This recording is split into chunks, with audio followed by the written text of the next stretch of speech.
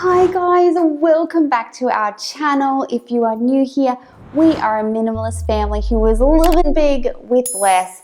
And if you have been around for any length of time, you probably have gathered that my husband and we love tech. I don't know if any other minimalist watches many unboxing and review videos as we do, but we just love everything about tech, the creativity, the innovation, we love it all. So I'm going to talk today about something that's near and dear to our hearts, which is how to do some quick and easy digital decluttering. So if you've got a digital backlog, stick around and I'm going to hit you up with some of my best tips.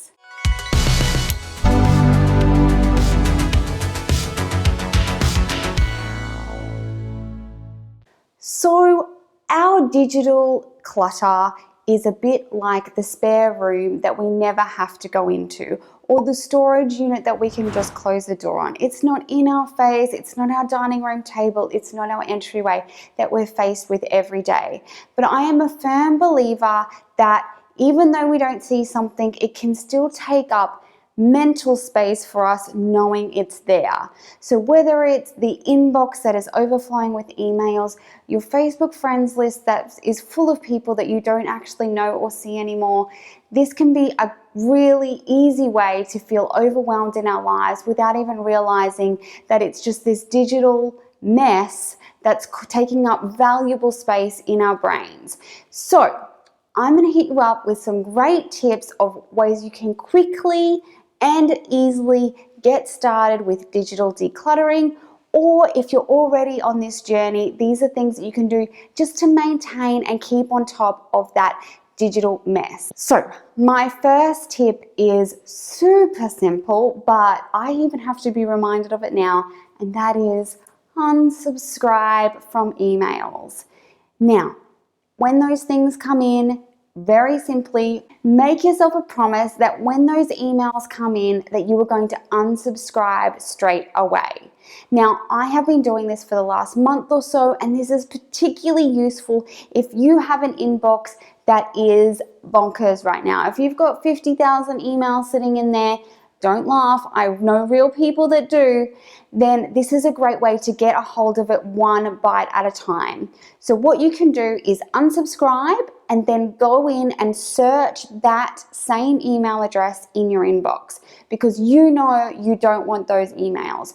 Then delete all the emails that have come from that email address. So whether it's a craft store that you no longer visit, whether it's something you don't even remember signing up for, food delivery service that you use now and again, but you don't need to be reminded of it every day, get rid of it. You don't need it. You tell them when you want to see them. You don't need to be bombarded by their emails. My second tip for you is to know what you are paying for, and if you are not using it, ditch it.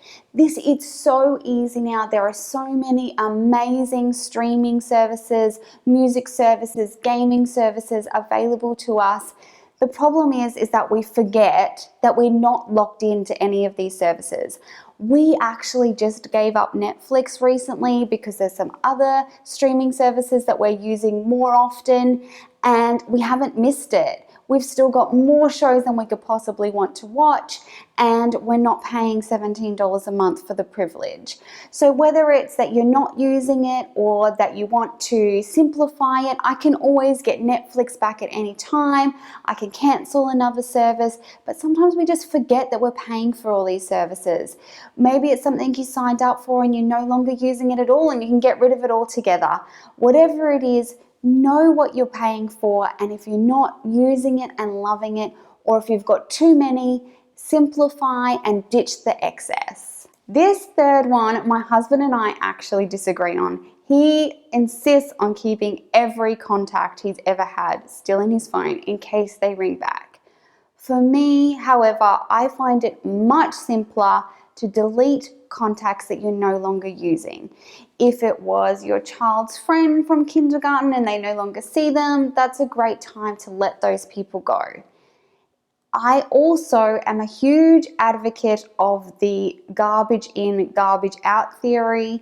In my previous life in human resources, I used to manage huge databases, and I can tell you from no word of a lie that if you're not careful about what you put in, you're going to get just garbage out. And the same thing can be said for our contact lists. So if someone is in your contact list, make sure that they've got their right name in, make sure they've got their right number. I had my sister in my phone for ages with 2 contacts. My sister who I call all the time. And it was just because I was lazy. Every time I would go in there, I'd be like, oh, which one's the right one? It's absolutely crazy to do it.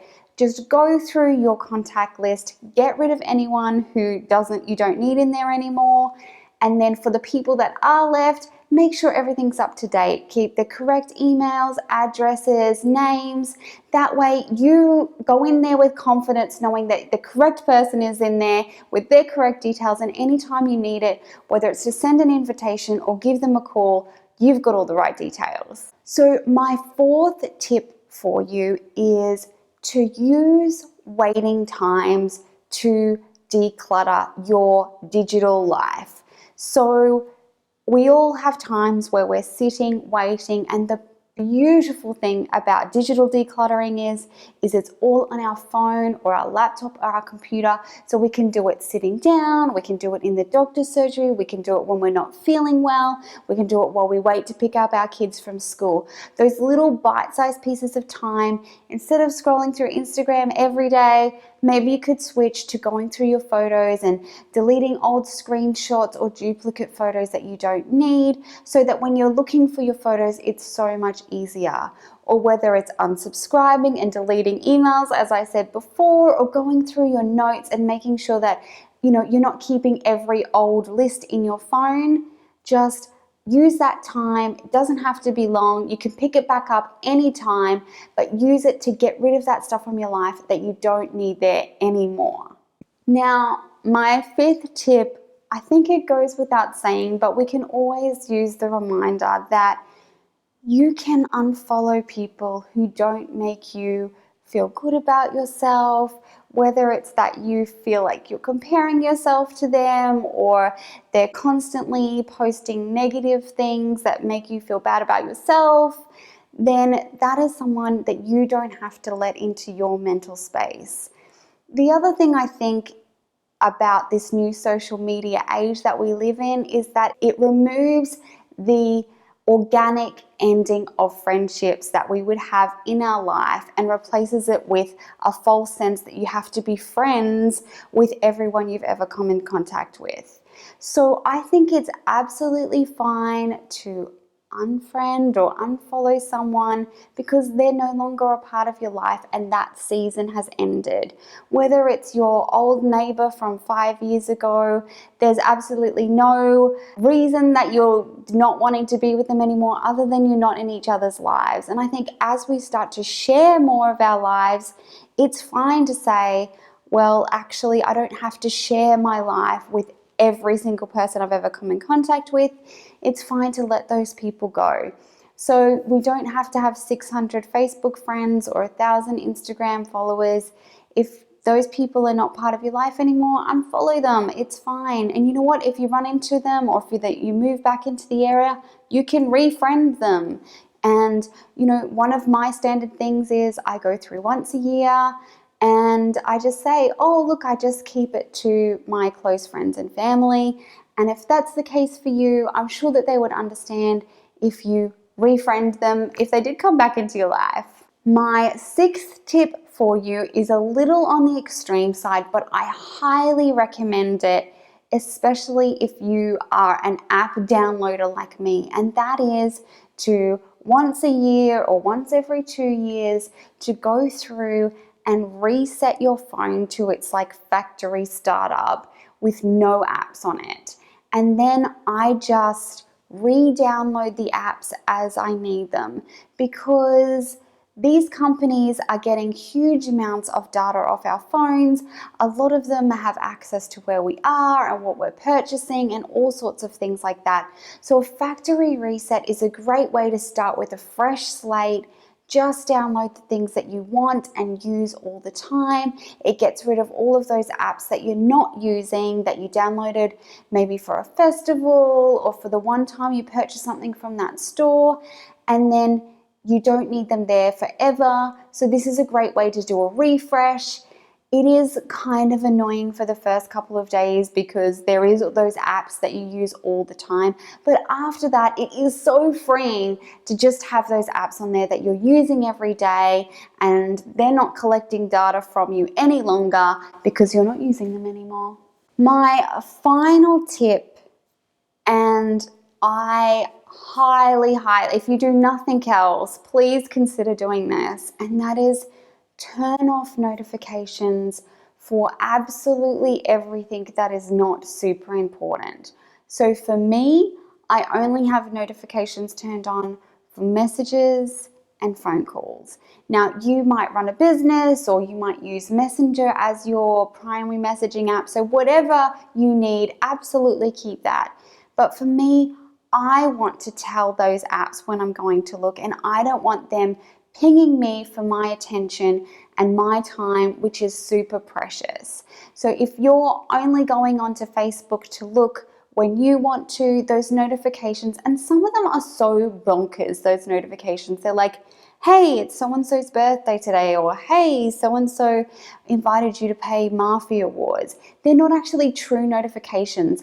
They're just time stealers. They're just designed to lure us in to see whatever that notification is. So if the notification's not there, you're not being tempted to go and open that app when you don't actually want to.